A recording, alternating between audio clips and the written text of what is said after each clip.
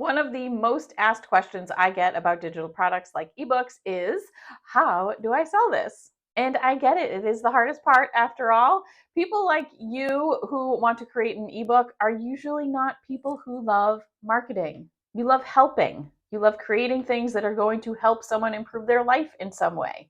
You don't want to write hooks for social media. You don't want to write the perfect bullet points for your sales page. Now, those things are important, but if you don't know who your ideal customer is, what we call the hero at Odd Noodle, if you don't know who that person is, all of the super catchy hooks, all of the perfectly written bullet points on your sales page are not going to help you actually sell your ebook. You have to know who you are talking to first, who that hero is, and then everything else is going to get way easier, I promise. Those hooks and bullet points are going to be way easier to come up with, and they're going to become more of a formality because you are already bringing people to that sales page who are interested in what you have to offer. Now, the way that you get to know who that person is that you want to help, who your hero is through market research. And market research sounds boring, it sounds complicated, which is why I always start mine with the help of ChatGPT. It gives me a head start on what I should be looking for and topics I might want to dive into further. But you cannot use those generic ChatGPT prompts that you have seen all over the internet to get good information. If you use a generic prompt, you're going to get a generic output. So today I'm going to show you how I use ChatGPT to get non-generic, very interesting market research back from ChatGPT. Let's go. Okay, for this example, we are going to pretend we're writing an ebook about how to grow heirloom tomatoes. And so I already have my first question loaded up for ChatGPT. Why do people care about growing heirloom tomatoes? I'm going to hit enter on that, and I want to tell you about why I'm asking that question first. I'm asking that question first because the first thing I want to know about that ideal customer, my hero, is what is the motivation behind growing the heirloom tomatoes? What is that like emotion that is making them want to create a garden with heirloom tomatoes? And so we're going to get an answer back from ChatGPT. And there's some interesting things in here. Flavor. Okay. I don't know that ties specifically back to an heirloom tomato. I think flavor is just generic, like anybody that's going to grow tomatoes wants them to taste good. So flavor to me is not a really interesting answer here, which is fine. Diversity. There are tons. I don't know much about tomatoes or gardening, but I do know that there are a lot of different types of heirloom tomatoes, and therefore you can get a lot of different types of tomatoes if you're going to grow heirloom tomatoes. But again, that doesn't do it for me. That's not the one that I feel like is going to be an emotional attachment, something that I can draw on that brings out an emotion for my hero. That one's not really going to do it for me. The next one, history and heritage. This one I find really interesting. This feels to me like a deeper connection to why you want to grow heirloom tomatoes. And so this is something that I would probably focus on when it comes to my hero for this book. Another one could be sustainability and seed saving. That sustainability piece I think is something that people are very attached to. That is something that people would potentially want to spend money on an ebook to have that feeling of, ooh, I grew these heirloom tomatoes, it's sustainable, I'm saving seeds. That's another thing. This is another one that I think is a little bit deeper connection to the person that is going to potentially buy an ebook. It's probably not the one that I would pick, but it doesn't mean that somebody else shouldn't. I think that's actually a good one. Gardening satisfaction, this is a little too broad. It's not like a very specific person. Everybody that gardens wants to feel the garden satisfaction. And so that's broad and an overall thing that people want when it comes to gardening, but I don't think it's specific to the person I want to talk to about heirloom tomatoes specifically. Local and organic movement. This is interesting. So this is people who want to support local and organic farming. The immediate thing that I think of when I see local and organic movement in farmers, did I see farmers market? I didn't, but I immediately thought of farmers market.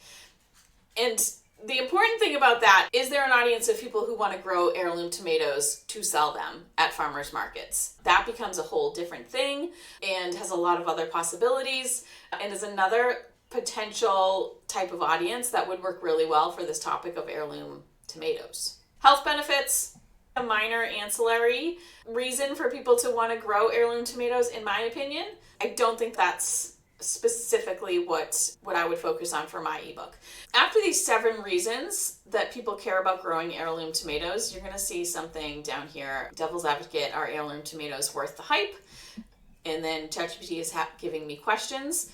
This is separate from this conversation. These are part of my custom instructions for ChatGPT. If you want a separate video on how to write custom instructions that will make your ChatGPT experience way better, let me know in the comments and I will do another video on that. But we can ignore this part for now. From these reasons that people care about growing heirloom tomatoes, the one that's most interesting to me right now is history and heritage. Obviously, like sustainability and seed saving could be another great topic. Local and organic movement, tying that into selling your heirloom tomatoes at farmers markets, I think is a fantastic idea as well, but it's going to lead us down the path of basically how to make money. And I want to skip that for this exercise. So we're going to go with this reason that people will grow heirloom tomatoes, history and heritage. So I just want to read a little bit of what ChatGPT has said. They come with fascinating stories and histories. Many have been passed down through generations, sometimes within the same family or community. Growing these tomatoes can be a way to connect with the past and preserve agricultural biodiversity. For some, it's about maintaining a living link to their heritage and traditions. If you didn't get a little bit of goosebumps as I was reading that, then this is probably not the topic you want to pick. But I did. When I read this, I can feel that connection that people have to this idea of growing something in their garden that has been potentially passed down for generations and generations. Heirloom is over 50 years old, is how it's defined. So I can feel that emotion that somebody might feel, like a connection to their past, to their ancestry, really, when they're growing these tomatoes. And that is an indication to me that this is like a powerful kind of connection or emotion that people have with heirloom tomatoes. So that is the one that I'm going to pick for the rest of this exercise. We're going to focus in on that specifically, which brings us to our next question, which is going to be, if a person wants to grow heirloom tomatoes because they have ties to their history and heritage, but they're running into roadblocks, how does that person feel?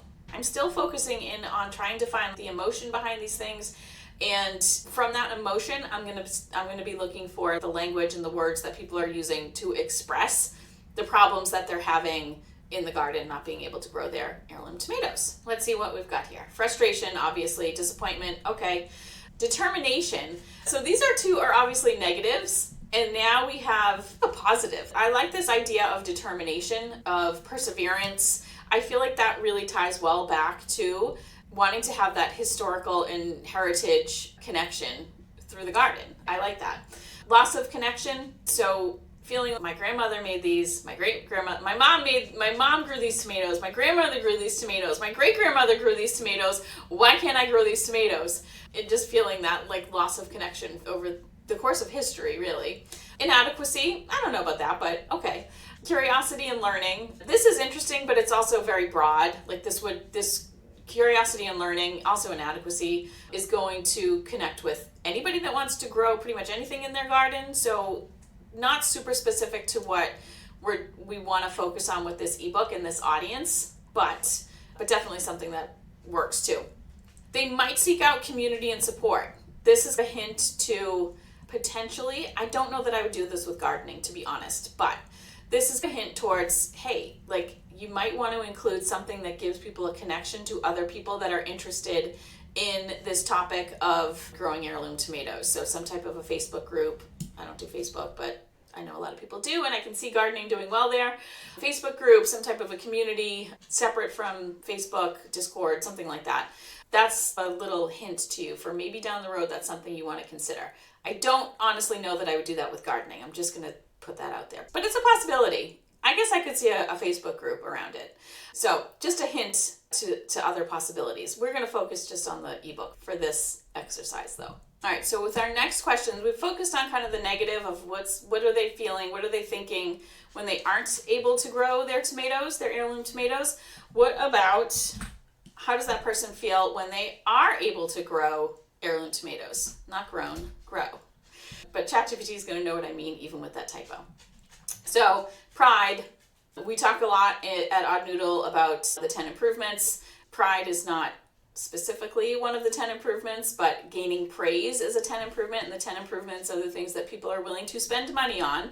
Pride / gain praise. Oh my gosh, your tomatoes are amazing. And being able to say, oh, I grew them myself, and here's the story of them and all of that. Definitely something people are willing to spend money on.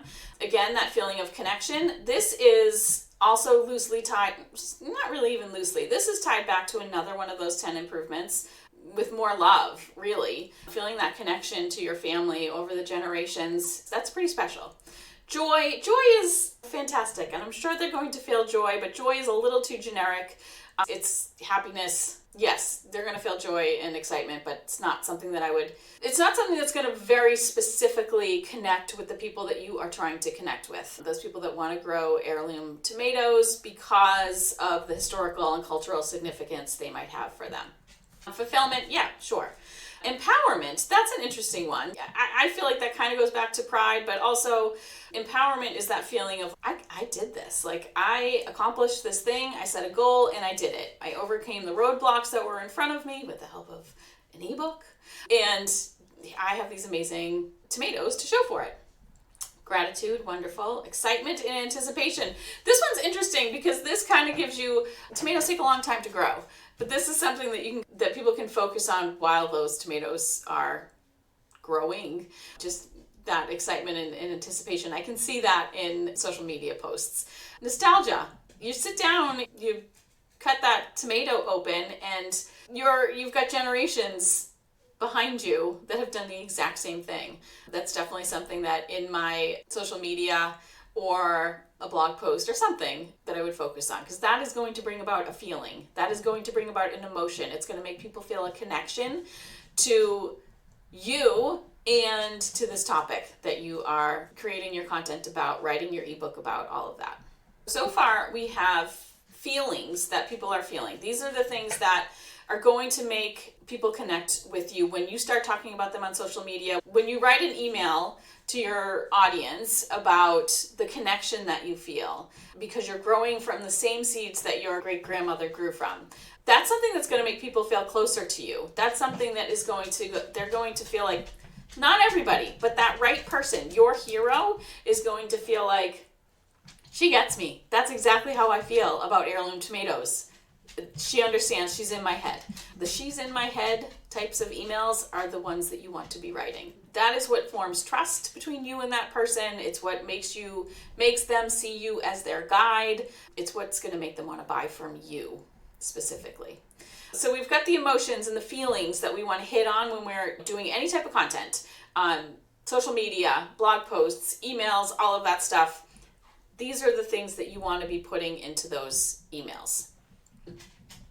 What we haven't done yet is figured out what are the questions these people have.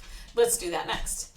What are the top questions people have about how to grow heirloom tomatoes? Now, this is going to be fairly generic information, but that's okay, because this is like one of those generic questions that I talked about. If we start with a generic question, we aren't going to get this stuff out of it. The connection that they're going to feel, the pride they're going to feel, the curiosity, the loss of connection. Those things don't come out in these generic questions. That's why I never start with them. But it is important to know what you're going to answer for them in your ebook and in your content. You can do a social media post about steps for saving the seeds from your tomatoes. People would be interested to see that. How do you transplant? Like, these are the value-driven posts that you can create. So it's important to know these things, but these questions are not what is going to make your audience want to learn from you specifically. This stuff up here is, okay? But we've got 15 questions now that we can go back to, and I can ask for 10, I can ask for 20, I can ask ChatGPT for 1,000, and it would probably give it to me. So pretty much unlimited topics to talk about. You want to make sure that you're taking the topics that you're talking about and sprinkling in these feelings, emotions, and things that we talked about up here in those posts, okay? So here's your topics for your content. We know the emotions we're going to talk about. And the last thing I'm going to have ChatGPT do for us is, I'm going to ask it, knowing all of this, can you write an outline for an ebook for me that is specifically for people who want to grow heirloom tomatoes because of their cultural and historical significance And we're going to see what ChatGPT gives us. This is in real time. I literally just hit enter on this. If you aren't using ChatGPT to outline things like ebooks, blog posts, pretty much anything that you are writing or creating, you should. It does a fantastic job of outlining things. So we've got introduction, this part, why heirloom tomatoes matter. It's going to focus specifically on culture and historical significance. And you can take this and ask it to expand on that. This specifically, the unique flavors, diversity, and stories behind heirloom varieties, I think is extremely interesting. The stories specifically. If you haven't used ChatGPT recently, I'm using ChatGPT 4.0, which is the newest version. And I don't know if this came with that or if it came previous, but you can reply to a specific point in ChatGPT's answer. And I'm going to do that with this because this is important. We're going to reply to this specifically, and I'm going to ask it to, can you give me examples of stories behind heirloom varieties? That caught my attention immediately because if you don't know, stories are extremely important. They're a very good way of connecting with your audience. People like to read stories. It's stories. People love them. So we're going to see what ChatGPT says about that, but I'm going to look quickly through the rest of this outline while it's giving us the answer to that question. So what are heirloom tomatoes? One of the most important things you can do when you are working with ChatGPT is know when you don't need something it gave you and when you do. We probably don't need too much detail on this. What are heirloom tomatoes? If someone is buying a book about how to grow heirloom tomatoes, they probably already know what they are. A little bit, but doesn't need to be a big focus of the first chapter. The history, wonderful. Choosing the right varieties, wonderful. Great place to start. Starting your garden, okay? Definitely, this is what people are coming for. Like, they want to grow the heirloom tomatoes because of all those things we already talked about. Your book is going to show them how to do that specifically. So we've got planting the garden, soil and planting, caring for the tomatoes, dealing with pests and diseases, harvesting and enjoying your tomatoes, saving seeds for future generations. This is super important, obviously, because we're talking to people who want to grow heirloom tomatoes because they have some type of cultural, generational significance to them. So this is going to be a big part of this book because we want to not just have them handed up from the past, but we want to hand them down to the future as well. So that's great. Stories from the garden, personal stories and anecdotes. I don't think we need this in the book, to be honest. This is something that you would talk about, social media, blog posts, emails. I don't think you need that in the book too much. Community and resources. That's interesting. So if this is, again, going back to that, when they aren't feeling good or they are feeling great, like whatever feeling they're having, they have a place to share that in a community. And that can be your own, or you could be sending them out to like communities that you love. Conclusion, reflecting on your journey. I don't know if we need that. Now, one of the things that I love about ChatGPT is this, where they get to appendix. The glossary of terms is a great little bonus to add when it comes to an ebook. I don't know how important it is for heirloom tomatoes because, again, I don't know anything about this topic, but something to think about. A resource list would be great. I would love if they also had added in here like some type of gardening journal, but this appendix section is always going to be a place where you start to get more ideas. So good. All right, let's see how it did with our last question. Can you give me examples of stories behind heirloom varieties? And it's done that with a lot of different tomatoes. This is so fascinating. These are things that you can, this is not necessarily something I would put in my book, but it is something that I would talk about in content, social media. Talk about different varieties of heirloom tomatoes, but to be able to tell the story behind that tomato, I think is really what's going to pull this specific audience into your content. Here's an Amish country tomato. Here's a Cherokee Native American tomato story. Green zebra has its own specific story. The mortgage lifter tomato. That's interesting. Like, these are things that if this is what you're interested in, growing heirloom tomatoes because of a historical significance, generational significance, you're going to be interested in stories like this. So these are the things that you can get from ChatGPT very quickly. We've been in this for 20 minutes and we've got a lot of things we can talk about when it comes to heirloom tomatoes. We have a lot of information about our hero, our ideal customer, that with a generic prompt in ChatGPT, like the one about the problems that we looked at, you wouldn't get all of this information if you don't prompt ChatGPT in a way that it's going to make it easy for it to give it to you. That is how I start my market research with ChatGPT when it comes to figuring out who my specific audience is going to be. I know my topic, but I don't know who that specific audience is. This is where I start.